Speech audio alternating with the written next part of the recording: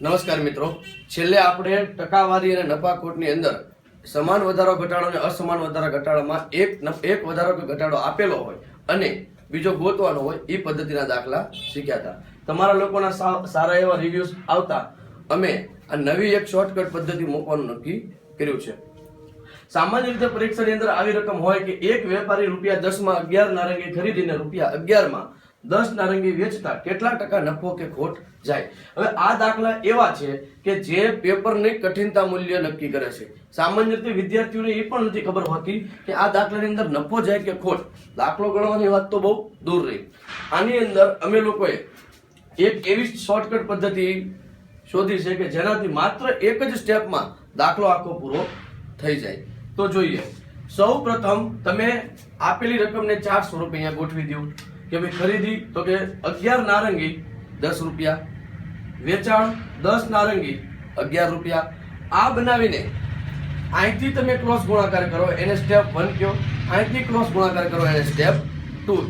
હવે એક સૂત્ર આવું અમે મૂક્યું છે કે સ્ટેપ 1 માઇનસ સ્ટેપ 2 છેદમાં સ્ટેપ 2 ગુણ્યા 100.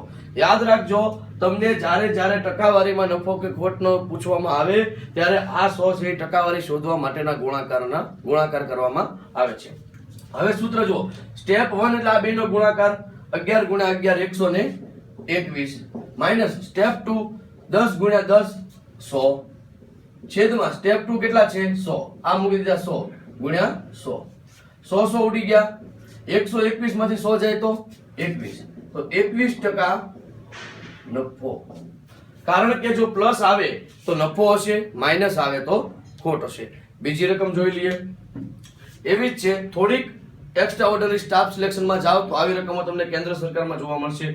એક વેપારી ₹20 માં 25 નંગ સફરજન ખરીદીને ₹7 માં 10 નંગ વેચતા કેટલા ટકા નફો કે ખોટ જાય. હવે અહીંયા સેમ આની જેવો ચાર્ટ બનાવી દો. ખરીદી 25 સફરજન ₹20 માં, વેચાણ 10 સફરજન ₹7 માં.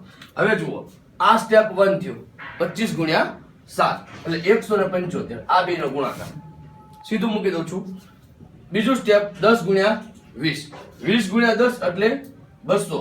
સ્ટેપ 1 માઇનસ સ્ટેપ 2 છેદમાં સ્ટેપ 2 200.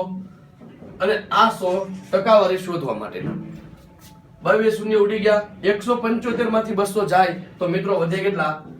-25 છેદમાં 2. 25 ના છેદમાં 2 મતલબ 12.5. સૌથી અગત્યનું છે કે ઈ 12.5 કેવા આવ્યા? માઇનસ. જો ઉપર અહીંયા 21 પ્લસ આવ્યા હતા તો 21% નો નફો.